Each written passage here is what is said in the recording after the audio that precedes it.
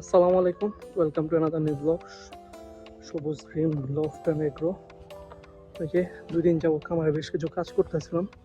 তার মধ্যে যে অন্যতম একটা হলো যে খামারের সামনে গেটটার সামনে যে আছে এইখানে একটা প্লাইবোর্ড দিয়ে আমরা ব্যানার করে দিছি। দেখতে পাচ্ছেন মাশাল্লাহ, আলহামদুলিল্লাহ।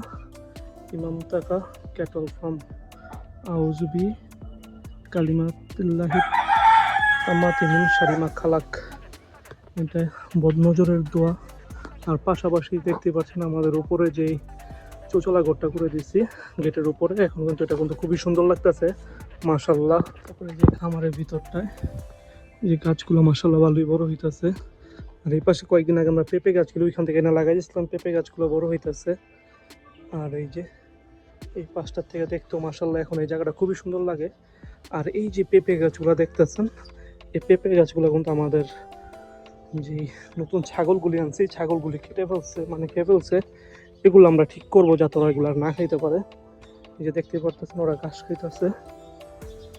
তো আগামীকালকে এই খাঁচাটা সরাই দিব, এখানে গেটটা লাগাই দিব। ইনশাল্লাহ আগামীকালকে সব কাজ শেষ হয়ে যাবে আশা করতেছি। আর এই যে এখন এইটা মাচাটা দেখতে পারতেছেন, এটা হলো আমাদের ভিতরে বাছুর রাখার জন্য। এটাও কাজ শেষ হলে আপনাদের দেখাবো এটাতে কি করি।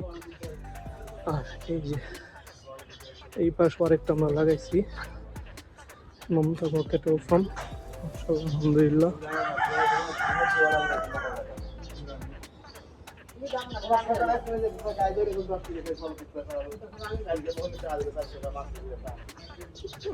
এই পাশেও আমরা এই যে টিনগুলো রং করে দিয়েছি, এখন তো দেখতে সুন্দর লাগতেছে। আর এই পাশে আমাদের গেটটা একদম টাইঙ্গা গেছিল, এই গেটটা আমরা ঠিক করে দিচ্ছি।